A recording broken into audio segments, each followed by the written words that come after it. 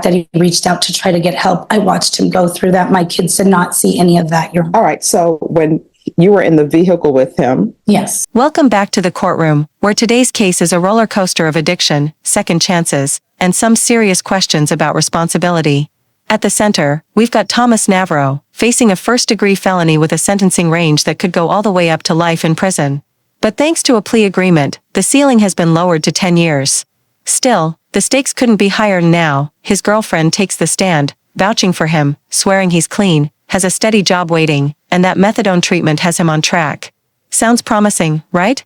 Well, not so fast. Because the prosecution is about to remind everyone about drugs in the car, a gang affiliation in the past, and a rap sheet that stretches back years. So here's the million-dollar question. Can a man with this history really convince a judge he deserves probation instead of prison time?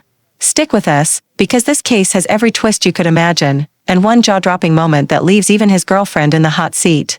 You entered a plea to count 2 on May 28th of no contest. You pled true to the enhancement. The court found the enhancement true.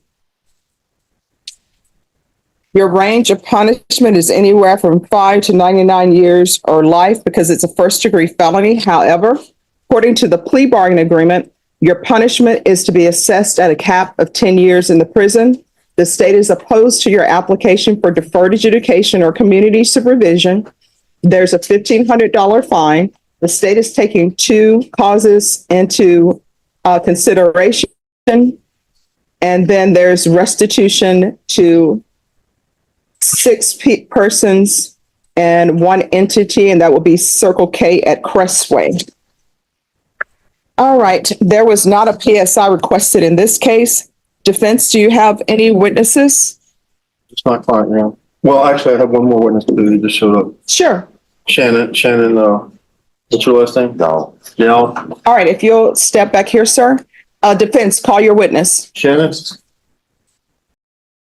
And No. To put him on deferred probation, would you help him go to his appointments or do anything he had to do to comply? Of course.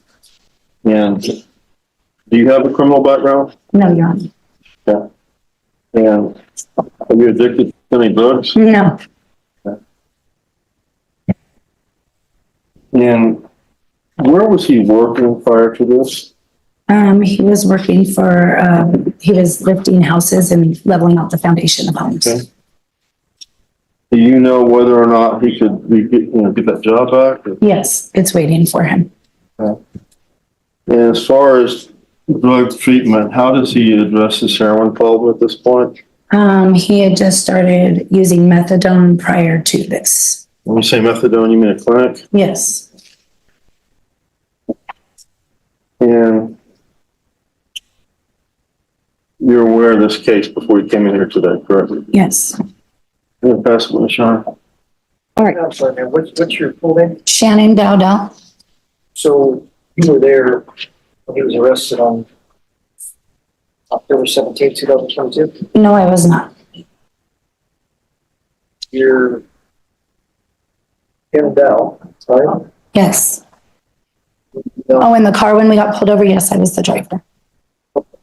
because you were there, heroin was found on him, It was not found on him.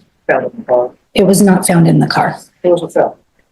The police officer had found it, on neck underneath like the passenger side on the ground. Stepped out of the car. No, not when he stepped out of the car. We had actually, no, it was not. Okay. Was there marijuana found in the car? Yes, there was. You charged with that? No, I was not. And you're also aware that that Mr.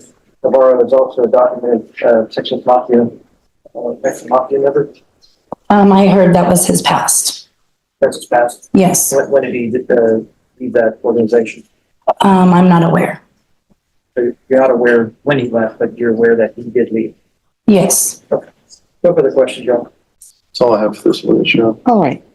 Do you have any children? Yes, I do. What are their ages? 25, 21, 18, 17, 10, 9, and about to be 8. All right. You say 10, 9, and what else? About to be 8. He'll be 8 on the 23rd of this. All right. And do your children live with you? Yes, they do. All right, so you knew of Mr. Navaro's past before you started dating him? I did, Your Honor. All right, and so has he been living with you? He did live with me, Your Honor. All right, During the time that he lived with me, he was clean. He wasn't doing any drugs. He was going to work every day. He was giving me his paycheck. When he did relapse, he was not allowed to be in my home. And that's apparently when all of this has come so, up. but you knew about his past and you thought this would be a great influence for your children? He was not on drugs when I Now, met him. my question is, you knew about his past, you knew about the gang affiliation, and you thought this would be the person to bring in your children's life? I didn't know him in his past, Your Honor, but when I had met Navaro, he was sober, he was clean, he's a great role model when he's not on drugs. My kids look up to that man very much. When he is on drugs, he does make poor decisions.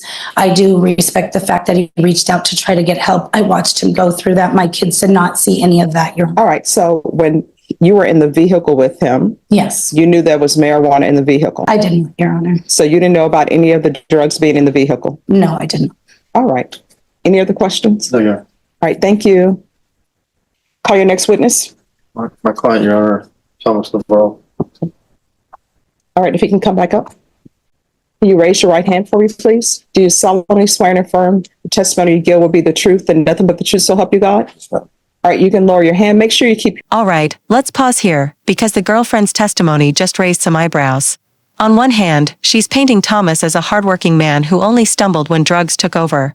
On the other hand, the prosecution wasted no time pointing out the obvious contradictions: marijuana found near the car, prior gang ties, and her willingness to let him around her kids despite his record. And think about this, when someone says, he's a great role model when he's not on drugs, is that really enough assurance for children living under the same roof? This is where credibility starts to crumble. Now, the defense is about to call the man himself, Thomas, to testify. And when a defendant takes the stand, it can either save the case or completely sink it. What do you think? Was it smart for him to testify? Your voice up for me and the court reporter, if you'll state your name for the record. Thomas Navaro. All right, defense. Thomas, you know why you're here today, right? Yes, sir.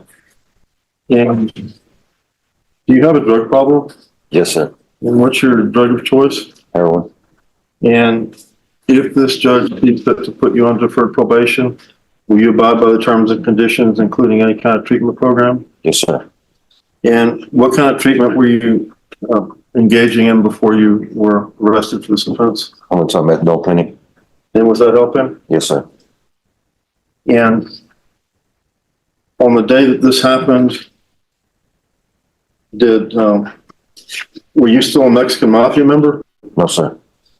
When did you leave that 2014. 2014? So you're an ex-Mexican Mafia member, is that correct? Yes, sir. And if this judge puts you on probation, do you have a job? Yes, sir. And what's it doing? Leveling houses. What? Stone house, leveling houses Leveling houses, okay. And who would you be living with? with Shannon. With who? Shannon. Shannon. Do you have other family here in town? Yes. Yes, sir. Who? I have my brother and my mom. Okay. My son And your son. Where does your son work? at Walmart. Okay. Are these people supportive of you? Yes, sir. Do you think you could complete a deferred adjudication probation without having to get revoked and come back and be sentenced? Yes, sir. And you understand this is a first degree felony. What could you be sentenced to in the worst case? You want to come back, do you? Yes, witness. State. Yes, Mr. Navaro, you admit that you were convicted of the repeat allegation, which was possession 1 to 4 grams back in 2020. Yes, sir. But you also had a conviction for aggravated assault with deadly weapon in 2008. Is that correct? Yes, sir. You were sent to prison. You actually received probation, but then you were subsequently sent to prison. Is that correct? Yes, sir. Thank you. No further questions, John. All right. I have no questions, Sean. All right, any other witnesses? No. Court will hear argument. State, what are you requesting? State requested 10 years of TBC. Defense? We are requesting some level of deferred probation. My client has a place to stay. He has a plan to deal with his drug habit. You've heard his his girlfriend come up here and tell you that she's going to help out with him. And he's also resigned from the Mexican Mafia. Okay. All right. Mr. Navarro, I want you to know that I've heard everything that both parties have said. I've internalized everything. I've listened to the testimony, your testimony, and the testimony of the witness. I don't believe you're a good candidate for probation. As previously stated, I'm finding the enhancement true. I'm going to find you guilty, sentence you to 10 years in the prison, give you credit for any time served. I request the therapeutic community. It doesn't increase the time that you're in prison. There's to be restitution to you, okay? Thank you. All right. Did you have something you wanted to say, miss? Yes. Because you're not being a good parent to your children.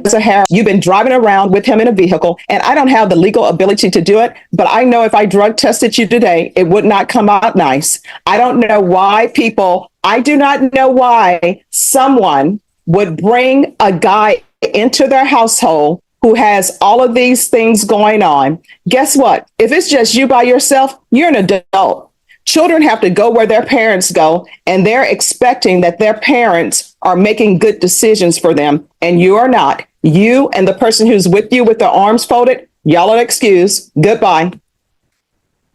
You could drug test me and I am clean. I'm not from Texas. Yeah, I think you are dirty. All right, Enrique Soriano.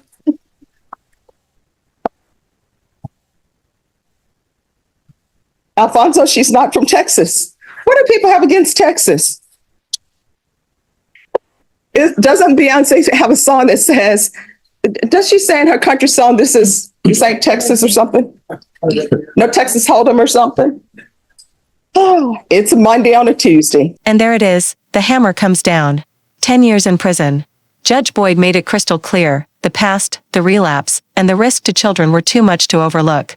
What's even more striking is how the judge turned the spotlight onto the girlfriend, calling out her parenting choices and even suggesting she'd fail a drug test on the spot. That was a brutal reality check, not just for Thomas, but for anyone standing by him. So what do you think? Was 10 years fair, or should probation have been an option? Drop your thoughts in the comments below. And if you found this breakdown as shocking as we did, don't forget to smash that like button, share this video with a friend, and hit subscribe so you never miss another jaw-dropping courtroom moment.